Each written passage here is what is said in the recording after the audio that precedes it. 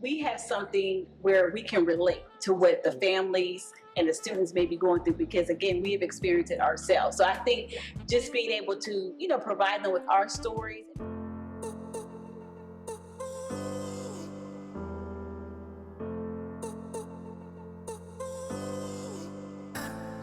Ladies and gentlemen, this is Thoughts and Visions. I am your host, T. Moore. We are here live on location in beautiful Pittsburgh, Pennsylvania. And I have to say it, it's not football season as of yet. I'm a Clevelander, and it is a beautiful day in the neighborhood. Say it's a whopping probably like 85 degrees outside, so it's a little spicy, but we welcome it. Ladies, introduce yourself and what it is that you guys do.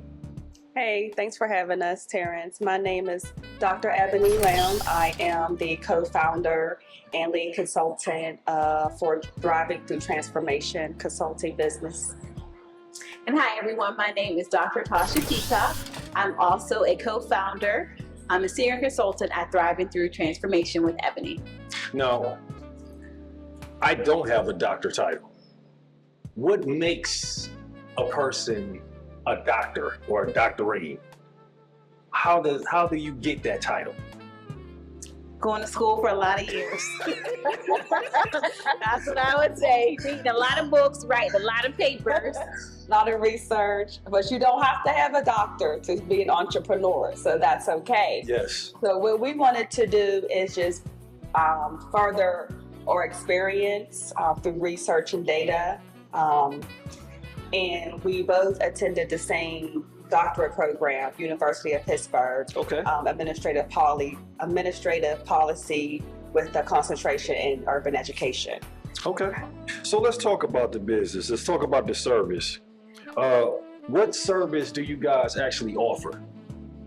So we offer 3 different services. One is employee engagement. So talking about employee retention, engagement, what does that look like, especially after COVID, when there's lots of different options for businesses and for companies offering in-person, hybrid, or just in the office, 9 to 5, Monday through Friday. We also offer higher education and college access initiatives because again, we know in this climate and with like recent court case decisions, like it can be difficult for students when navigating the process. Also this past year, FAFSA did a total rehaul of what the FAFSA application form looks like, which put a lot of families and students and counselors in a tough position. So since we have that experience and expertise, we want to work with organizations, we want to work with school districts and individuals on how to navigate those different issues that may arise when applying to college. Now, that process is extremely helpful, especially when you're dealing with like the parent side who haven't been in school in up 10 years, don't know the process. And sometimes the kid actually going through the process, they don't know the process either. So having somebody that you can actually go to get that information, I think is extremely vital. It's the lifeline. It's like you have to have it. When did you guys come up with the idea? Like, where did you notice it was like, this is a thing, we can help people with this? When would you say you took that, it was like, this is something that we can do? I can start off. So I'm a first generation college student. I'm one of 6 children. And I knew growing up that my parents could not financially afford to send us all to college. So my main goal in high school was like apply for as many scholarships as you can. I had a good relationship with my counselor. So anytime scholarships came up, he would let me know. He would be my reference or letter recommendation. So for me, it started off early, just knowing my situation and knowing where I wanted to go and also deciding how I would get there. Also, I was involved in college access programs. Again, both my parents did not complete college, so I relied a lot on those counselors and those organizations to kind of help me navigate the process. So I think for me, having firsthand, being a first generation college student and knowing how to navigate those systems, there's so much information I can provide to other students, parents, and other community-based organizations. And also I have experience in college admission. So just knowing how to navigate that process, when to apply, how to get application fees waived, when to apply for scholarships, understanding that your college admission counselor can advocate for you for admission or for scholarships. A lot of things that people in our community may not know of, I have experience in those areas. So I want to make sure I share that information. Now, is it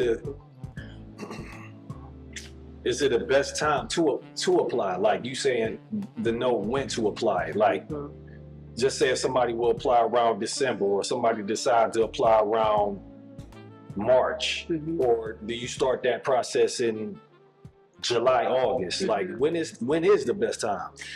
I would say depending on where you are in high school. So for all my seniors out there, you should be doing your research now on the different colleges, looking up the tuition, looking up cost of attendance. Are you in-state versus out-of-state? Because if you're out-of-state, that might be additional $10,000 to $20,000. So what does that look like? Making sure they have your major. So just like the basic things, like do they have my major?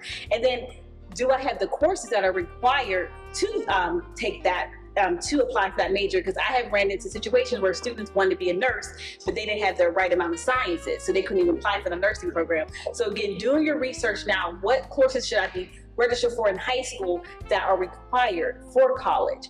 And when are scholarships available? When can I apply? Always apply early. Do not apply late.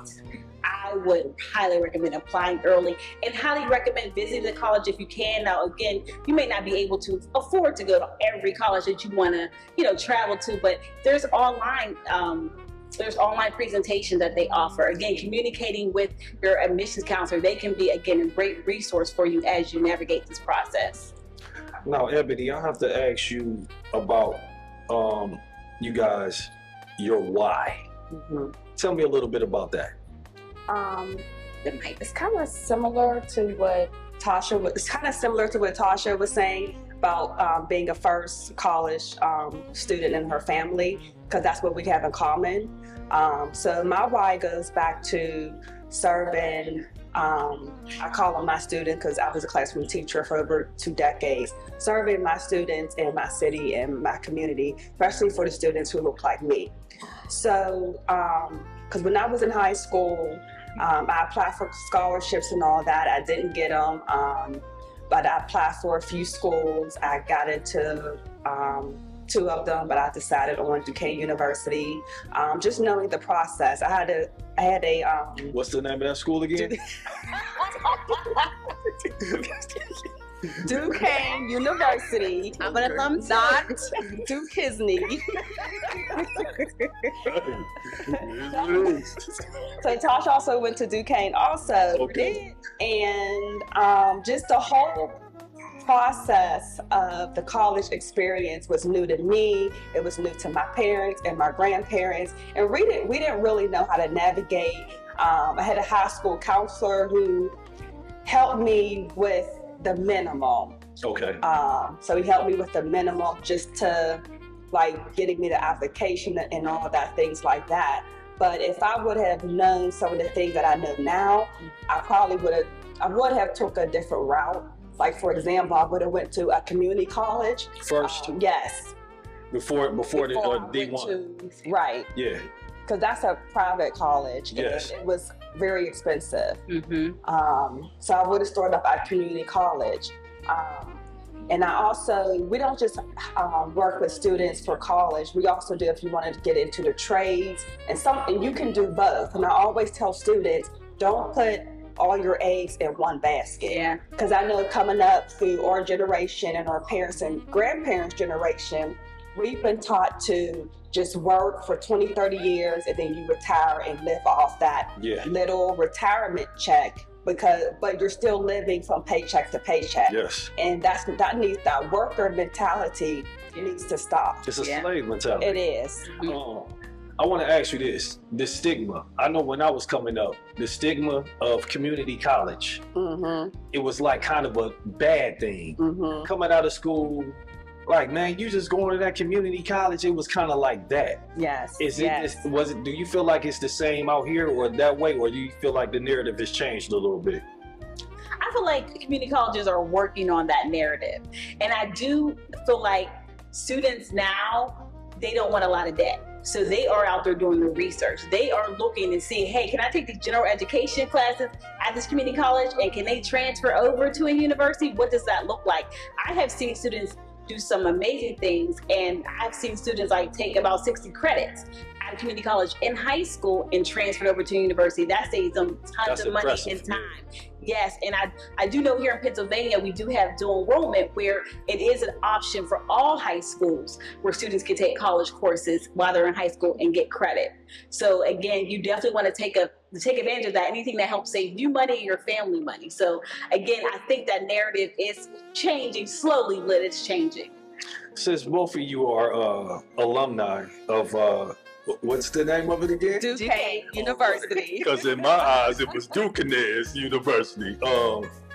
What would you say was some of your best experiences or some of the best things about Duquesne? I personally like Duquesne just because it was a small atmosphere. I didn't really want to go to a huge, significant college. Like, I didn't want to be on campus with 20, 30, 50,000 students. I didn't want to get lost in that. Again, being a first generation college student, I need some navigation. I need someone to kind of assist me with that process. And for me, I'm local. I'm from Pittsburgh. My sister went to Duquesne, so I knew her and I knew her friends. And then they had a good political science program that I was interested in. And I was able to develop some really good relationships and really good bonds past when I graduated. So for me, it was a good experience. Mine is kind of similar. I wanted to, when I was in middle school and high school, I always wanted to, I don't know why, go to a university downtown. I really wanted to go to Robert Morris because it was really big back then in the 90s, late 90s. But I found out they didn't have an education program. Robert Morris is here? Mm-hmm. Yes. I didn't know that. Okay.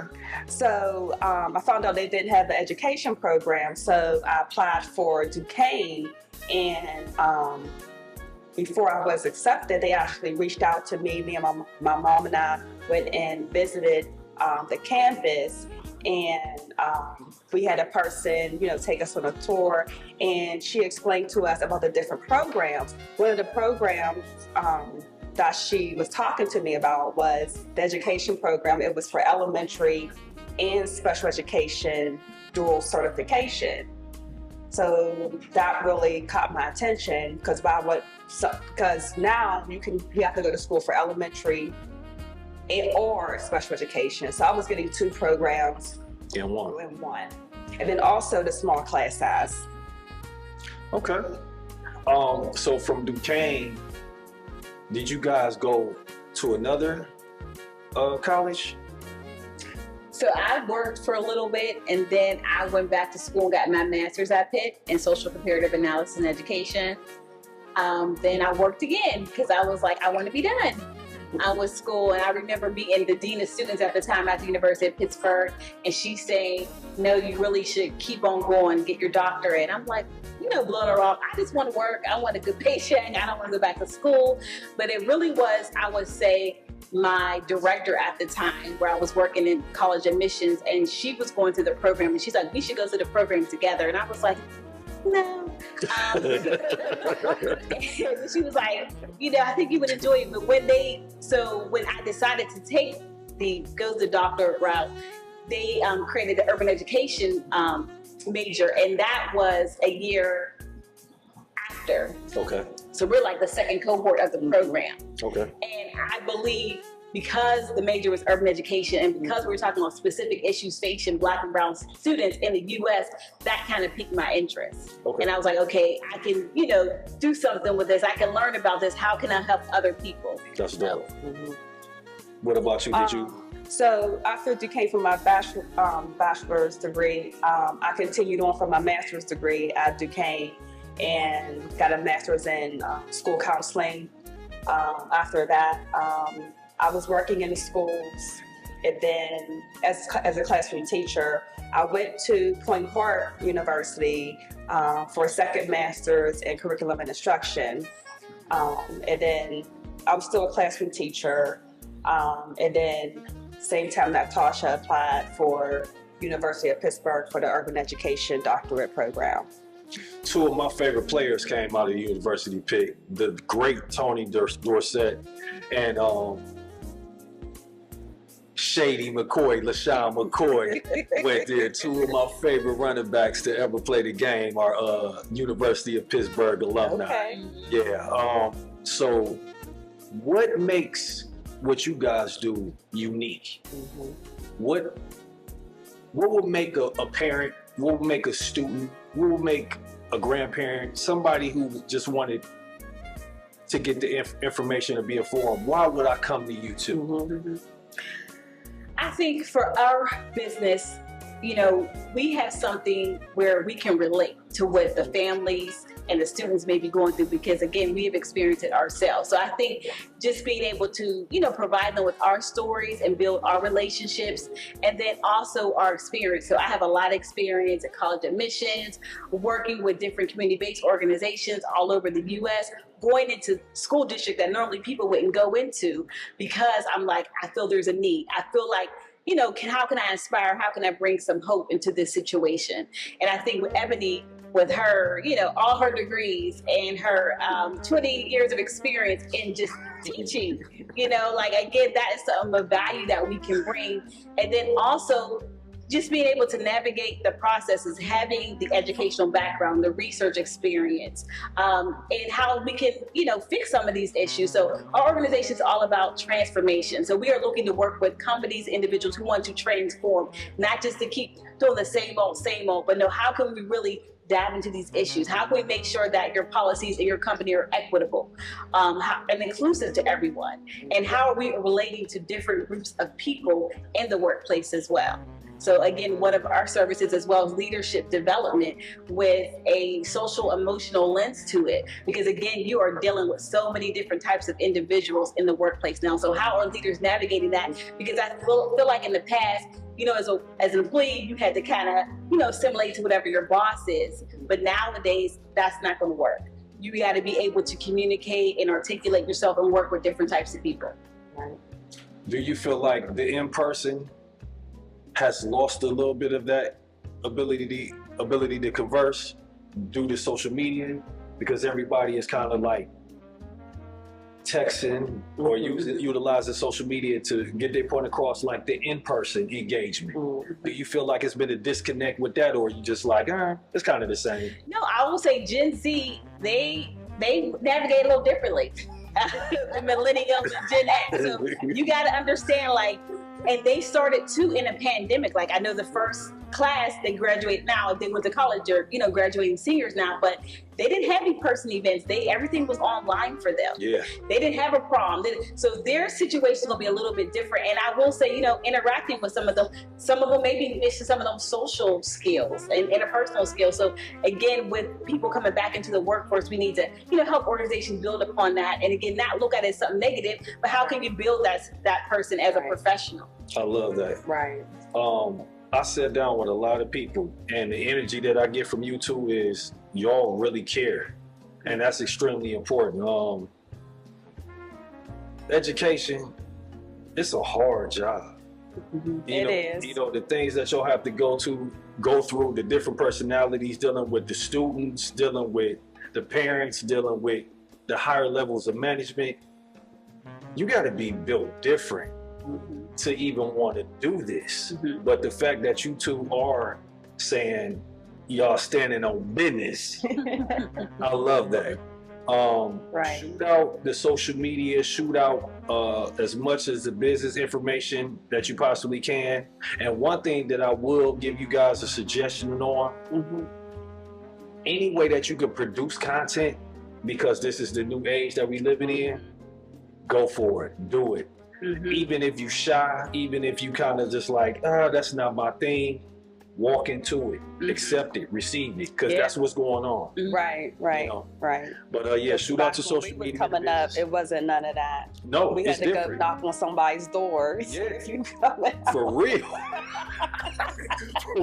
For real. And it's just a different time. So if you don't get out of that, what was, you're gonna be stuck. And a lot of people still stuck back there. 100%. What was, 100%. So, you know, life is about evolving. Life is about challenging yourself. I said, sometimes you have to have those difficult conversations to get to those beautiful destinations at the end of the day. So I want to thank you two ladies for coming to sit down with me.